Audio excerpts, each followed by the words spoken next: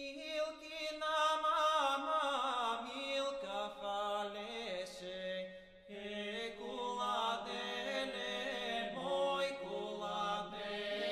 Marikade rabotna, mnogo je skoposna, e culadele, moj culadele, marikuladele.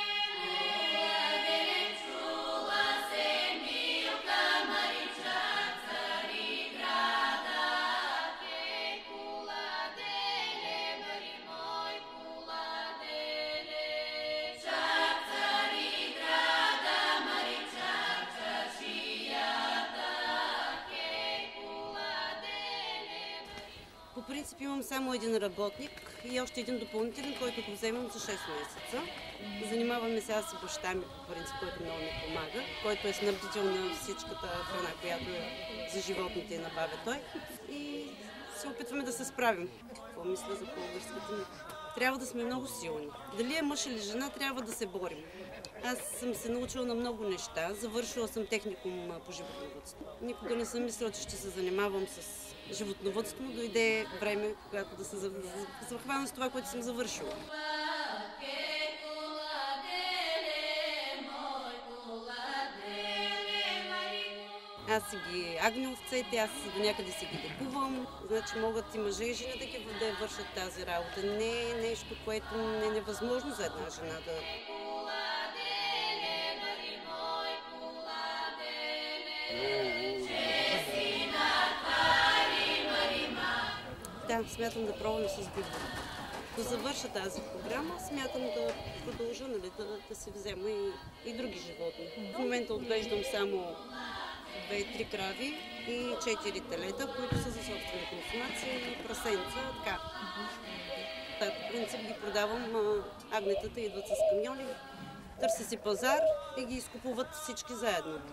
Млекото също си имам сключен договор с Мантра, което ми го изкупуват.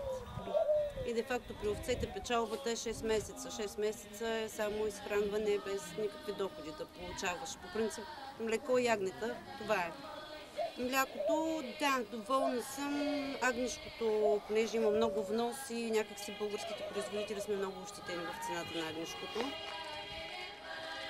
На 4,50 миналата година не беше изкупна цена, която за мен е... Просто те се самоизяждат. Значи тези агнета им купувам постоянно комбиниран фураж за малки агнеца. Храня ги 2 месеца и половина.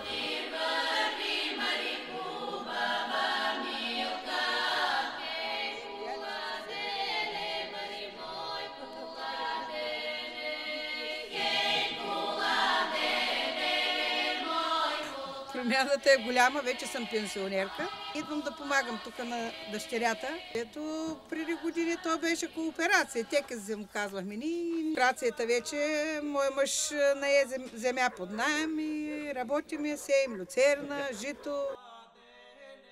Другото работим и се занимаваме с земеделие. В Тотото, Български спортен тотализатор. Това са мъжа ми, той беше спортист, бивш спортист е.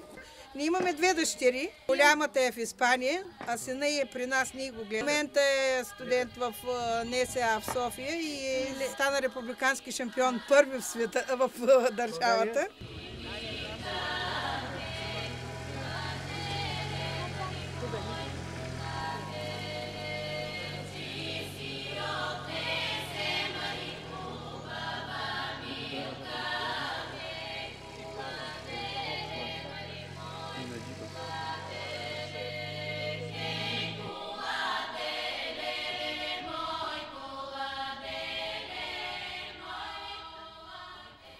По принцип в Хасковската община като цяло при нас се занимават страшно много жени земеделски производителки, главно с тютюн.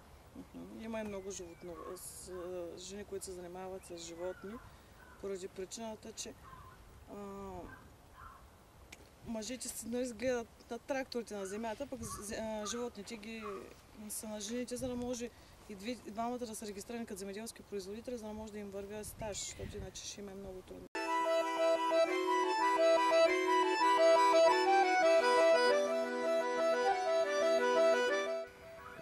че имаме около 3000 човека, които кандидатстват за европейски субсидии и над 60% от тях са жени. Защото по принцип повечето жени тук в нашия край не се занимават с такива неща. Интересно ми е, защото аз, примерно, когато съм се занимавала с други неща преди това и когато постъпих в земеделието, ми беше много странно, че жените са повече от мъжете. Мислех, че си е по-мъжка професия, по-трудоемка. Пък главно фактически жените вземат инициативата. Ами било е преди години, сега не е чак толкова много. В интерес на истината, тук в Стойково има земеделски производител, който даже се казва фирма Вирджиния, които преди много години са гледали огромни количества тютюн. Имат страшно много. И реално в момента вече не се занимават, защото не е чак толкова добре.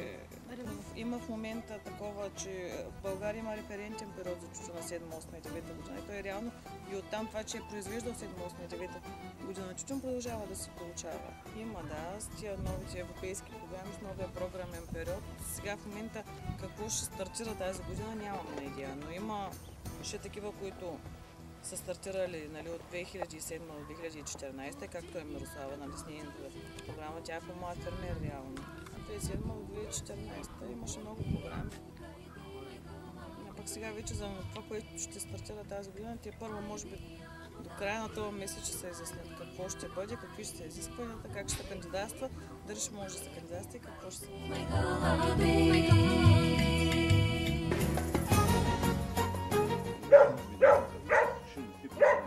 Пушенето лесно, ама изкарването трудно. Трудно такова въобще.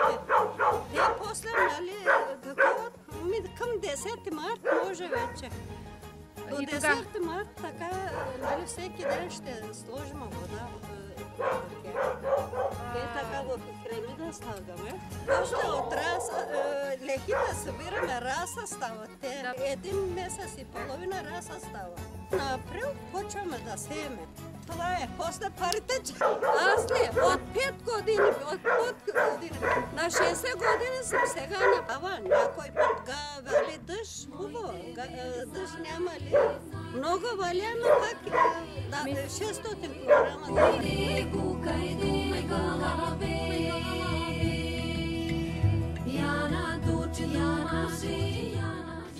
те са по принцип. Да, обаче да го, те са на ръце, виж.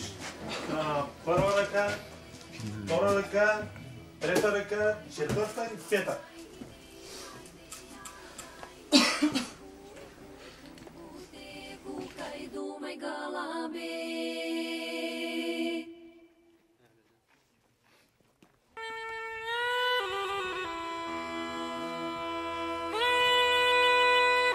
Значи най-напред да започвам ли? Да. Добре. Най-напред се прави заготовка. Падичка по средата. И след това вече почваме пръскане, требене, когато се покажат. И докато пораснат, да речеме около 20 см. Това става някъде около към края на април, началото на май. Ами според нас, какво да кажа, трудно е. Много е трудно, защото всичко при нас всичко е на ръка. Само обработката на почвата е с машина. Оттам нататък всичко е на ръка. Разсаждането е на ръка, брането е на ръка, низането е на ръка. Ами когато му остане време, когато е в почивка, събота, неделя, продажбата на тютюна, сключваме договори с фирмите изкупвачи и те идват тук на место го купуват.